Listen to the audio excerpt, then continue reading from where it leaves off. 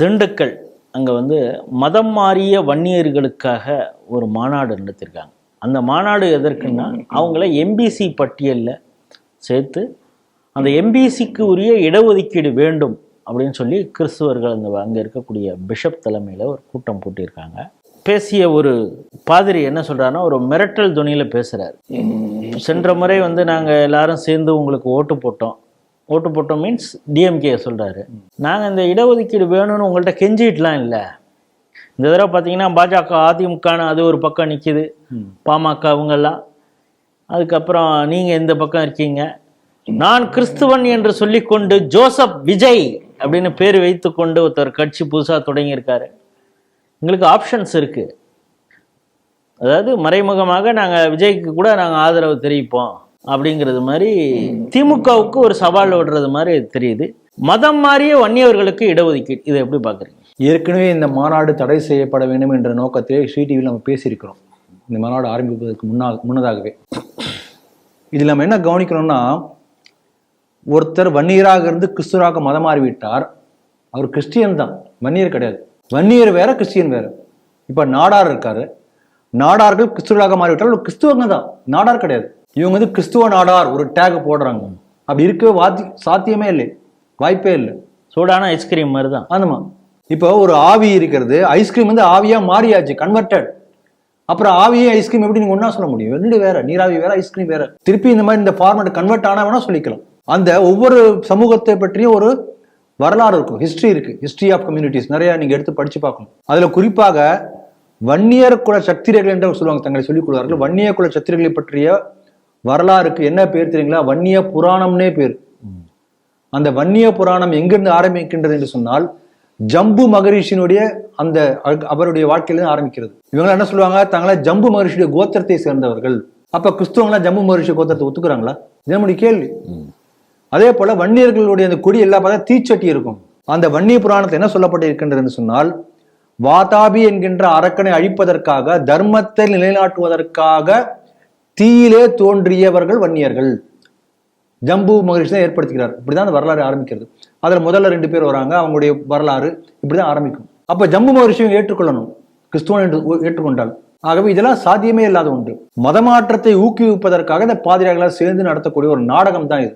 அதே போல வன்னியர்களுடைய குலதெய்வம் என்று பார்த்தால், பல இடங்கள்ல வந்து காமாட்சி அம்மன் என்று சொல்வார்கள், சில இடங்கள்ல அம்மன் வேற பேர், திரௌபதி அம்மன் இருக்கும். ஆனா அம்மன் தான் வன்னியர்களுடைய குலதெய்வமே அம்மன் என்று தான் சொல்வார்கள்.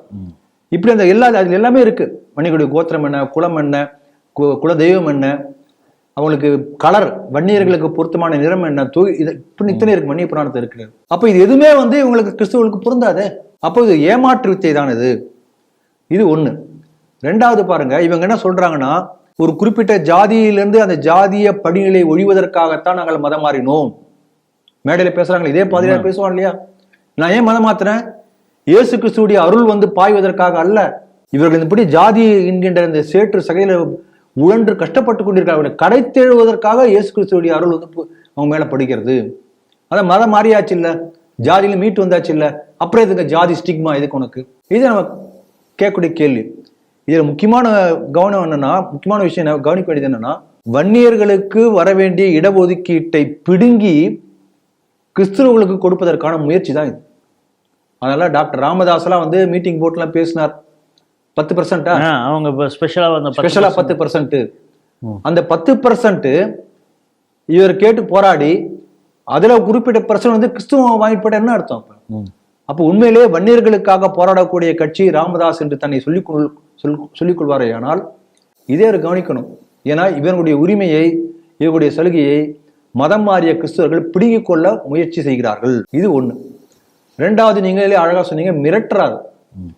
ஒரு பொது மேடையில பேசக்கூடிய கண்ணியம் கூட அவருக்கு இல்லை. அப்ப எந்த அளவுக்கு பின்னணியில யார் இருக்காங்க, யார் அந்த தைரியத்தை கொடுத்தது? இந்த அளவுக்கு சேலஞ்ச் பண்ணி மிரட்டக்கூடிய அளவுக்கு பின்னணியில அவருக்கு அந்த அசுர பலத்தை கொடுப்பது யார்? இது நம்ம யோசிக்கணும். கூட்டம் மூலமாக நம்ம அவங்கள மிரட்டுறோம் அப்படின்னு சொல்றாரு அவர். அப்படியே சொல்லிக்கிறார். அப்படி கூட்டம் இருக்கு நமக்கு. ஆமா ஆமா. இந்த ஜோசப் விஜய் கட்சி ஆரம்பிச்ச புதுசுல நம்ம பலமுறை வந்து ஸ்ரீடிவில, அதுக்கு முன்பே பலமுறை ஜோசப் விஜய் பத்தி பேசியிருக்கோம். நான் சொல்லும் போதெல்லாம் ஜோசப் விஜய் என்று நம்ம சொல்லுவோம். எப்படி சீமான் என்று மற்றவங்க சொல்லுவாங்க, சைமன் என்று தான் சொல்லுவோம். உண்மையான பேர் அதுதான். அப்படி சொல்லும்போது நீங்க அவர் ஏன் கிறிஸ்துவரா நீங்களே வந்து ஒரு பிக்சரைஸ் பண்றீங்க என்று சில பேர் கமெண்ட் கூட போட்டிருந்தாங்க. ஆனால் இந்த கட்சி ஆரம்பித்த பிறகுதான் அவருடைய உண்மையான முகம் வெளிச்சத்துக்கு வந்தது. அப்பதான் அவருடைய லெட்டர் பேர்ல ஜோசப் விஜய் என்று எழுதி சைன் போட்டு அதை அனுப்பிச்சிருந்த அது பத்திரிகையில் செய்தியா கூட வந்தது. இவ்வளவு நாள் இந்த அரசியல் கட்சிக்கு போறதுன்னு தெரியாம இருந்த சகாயம் கூட இப்ப அந்த பக்கம் போறதுக்கான ஒரு பார்வை இருக்கு அப்படிங்கிறது மாதிரிலாம் செய்திகள் வருகிறது. ஜோசப் விஜய் வந்து கட்சி எந்த அளவுக்கு வந்து அரசியல்ல வந்து தனித்து களம் காணுவார்கள் என்று தெரியாது, அது இதுமே தான் பார்க்கணும்.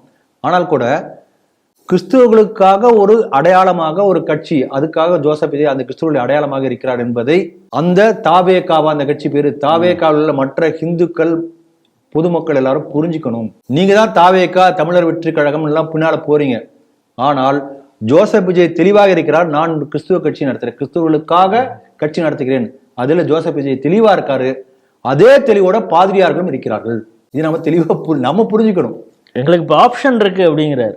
ஆமா, அதனால போன எலெக்ஷன்ல வந்து வெளிப்படையாக பேசினார்கள். இந்த கிறிஸ்துவ ஜனநாயக ஏதோ கூட்டணி எல்லாம் வந்து இந்த மாதிரி எங்க திருச்சபைகள் எல்லாம் சேர்ந்து திமுக வாக்களிக்க வேண்டும் என்று சொல்லி அந்த செய்தி நம்ம செய்திகளை பேசினோம் நம்ம. ஆகவே இந்த திமுக இந்த தடவையும் அதே போல கிறிஸ்தவர்கள் ஓட்டு போடுவார்களா தெரியாது. கிறிஸ்துவர்களை பொறுத்தவரை அவங்களுடைய திருச்சபைகள் என்று சொல்லக்கூடிய சர்ச் பாதிரியார் சேர்ந்து என்ன முடிவு செய்கிறார்களோ அங்கதான் என் பிளாக்கா ஓட்டு போகும். அதனால இது எல்லா அரசியல் கட்சிக்காரர்களும் புரிஞ்சுக்கணும். இப்ப ஒவ்வொரு கட்சியில வந்து கிறிஸ்டியன்ஸ் இருப்பாங்க, காங்கிரஸ்ல இருப்பாங்க, பிஜேபியில இருப்பாங்க, கம்யூனிஸ்ட் எல்லா கட்சியிலும் இருப்பாங்க. அந்த கிறிஸ்தவர்கள் எதுக்கு இருக்காங்கன்னா அவங்களுடைய கிறிஸ்டியன் அஜெண்டா செயல்படுத்துவதற்காக அந்த கட்சியில இருக்காங்க. 2-3 நாட்களுக்கு முன்னாடி நம்மளே இங்கே செய்திகள் சேனல்ல பேசியிருக்கோம். இனிக்கோ இருதயராஜும் ஒரு தன்னுடைய ஆதங்கத்தை வெளியிட்டு இருந்தாங்க. இந்த கூட்டணியில் இருக்கும் ஆனால் எங்களை யாருமே மதிக்கிறது இல்லை அப்படிங்கிறது. அவங்களும் ஏதோ ஒரு ஆப்ஷனை திறந்து வச்சிருக்கிறது மாதிரி தெரியுது. ஆமாம், நிச்சயமாக. அதாவது அந்தந்த கட்சியில் இருக்கக்கூடிய கிறிஸ்துவர்கள் கிறிஸ்துவ லாபி கிரியேட் பண்ணுவதற்காக அந்த கட்சியில் இருக்காங்களே ஒழிய தேர்தல் என்று வறுமையானால் எல்லாருமே சேர்ந்து என் பிளாக்கா அங்கதான் ஓட்டு போகும். அப்ப இந்த முறை தேர்தலில் யாருக்கு ஓட்டு போன கிறிஸ்தவர்கள் என்பதை அந்த சர்ச்சு முடிவு பண்ண பிறகுதான் அது நமக்கே தெரியும். வழக்கப்படி திமுகவுக்கே போடுவாங்களா இல்ல ஜோசப் விஜய்க்கு போடுவாங்களா அதெல்லாம் நமக்கு தெரியாது, போக போக தான் தெரியும். ஆனால் கூட இது ஒரு படிப்பினை, ஹிந்துக்களுக்கும் படிப்பினை, ஜோசப் விஜய் கட்சியில போய் அவர் பின்னால் விசில் அடிச்சுட்டே ஓடிக்கொண்டு இருக்கக்கூடிய மற்ற ஹிந்துக்களுக்கு ஒரு படிப்பினையாக இருக்கு. அதனால இது நம்ம இதுல கவனிக்கக்கூடிய ஒரு விஷயம். மூணாவதா கடைசியாக சொல்லக்கூடிய விஷயம் என்னன்னா, சுப்ரீம் கோர்ட்டு மற்ற பல ஹைகோர்ட்ல பல முறை சொல்லியிருக்கிறார்கள், இதே போல மதம் மாறியவர்களுக்கு அந்தந்த மதம் மாறி எந்த ஜாதியிலிருந்து மதம் மாறினார்களோ அந்த ஜாதியுடைய சலுகைகள் கிடைக்கக்கூடாது, கிடைக்க முடியாது என்று பல முறை சுப்ரீம் கோர்ட்ல தீர்ப்பு வந்திருக்கிறது. அப்ப இவங்க இங்க தமிழ்நாட்டில் வந்து எல்லாத்துக்கும் வந்து இப்ப மோடி அரசை எத்தனை சாடினாங்க, அரசியலமைப்பு சட்டம் தான் உயர்ந்தது, அதை காப்பாற்றணும். அப்ப சுப்ரீம் கோர்ட் பல முறை தீர்ப்பு சொன்னதை எதிர்த்து நீங்க வந்து மாநாடு போடுறீங்களே, அப்ப நீங்க சட்டவிரோதமான பேசியிருக்கீங்க, அது யாரும் ஏன் பேச மாட்டேங்கிறீங்க? அதனால மத மாற்றத்தை ஊக்குவிப்பதற்காக இப்படிப்பட்ட ஒரு மாநாடு வச்சு முயற்சி செஞ்சிருக்காங்க. அதே போல இந்த எஸ்சிக்கு உள் ஒதுக்கீடு, அருந்ததியர்களுக்காக கொடுத்த உள் ஒதுக்கீடு அது சரிதான்னு சுப்ரீம் கோர்ட் சொல்லிடுச்சு. இருந்தாலும் இதற்கு எதிராக மறுசீராய்வு மனு போடுவதற்கு கூட தயாராக இருந்தார் திருமாவளவன். ஆனால் இது குறித்தெல்லாம் இப்போ வன்னியர்களுக்கும் அதுவும் மதம் மாறிய வன்னியர்களுக்கும் இப்போ இடஒதுக்கீடு, அதே போல் பட்டியல் சமூகத்தினர் மதம் மாறியவர்களுக்கும் இடஒதுக்கீடுங்கிறப்பெல்லாம் அந்த சிக்கல் வராதா அப்படிங்கிறத பற்றி யாருமே பேச மாட்டேங்கிறாங்களே. ஏதாவது நீங்க சொல்றது சரிதான், எல்லா அரசியல் கட்சிகளும் இதை புரிஞ்சுக்கணும். இப்ப திமுக குறிப்பாக திமுக கட்சி புரிஞ்சுக்கணும். திமுக கட்சிக்கு விசுவாசமாக கிறிஸ்தவர்கள ஓட்டு போடுவாங்க இந்த தடவையும் அப்படின்னு அவங்க எதிர்பார்க்க முடியாது. இப்பயும் மிரட்ட ஆரம்பிச்சிருக்காங்க. என்ன அர்த்தம்?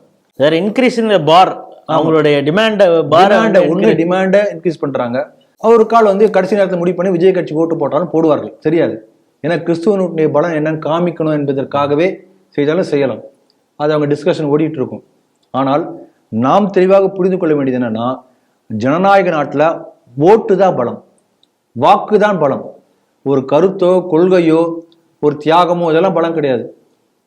அது அடிக்கடி ஜோக்கா ஒரு விஷயம் சொல்லுவாங்க, பாண்டவர்கள் கௌரவர்கள்லாம் சேர்ந்து வந்து ஜனநாயக நாட்டில் இருந்தாங்கன்னா கௌரவர்கள் ஜெயிப்பாங்க, பாண்டவர்கள் தோத்து போயிடுவாங்கன்னா 5 ஓட்டு தான் அவங்களுக்கு, இங்க 100 ஓட்டு இருக்கு இப்படி சொல்லுவாங்க. அதனால இந்த வாக்குனுடைய பலத்தை புரிந்து கொண்டு ஹிந்துக்களும் ஒட்டுமொத்தமாக ஹிந்து ஓட் பேங்க் உருவாகும் வரை இப்படிப்பட்ட முழக்கங்கள்லாம் இருந்து கொண்டுதான் இருக்கும்.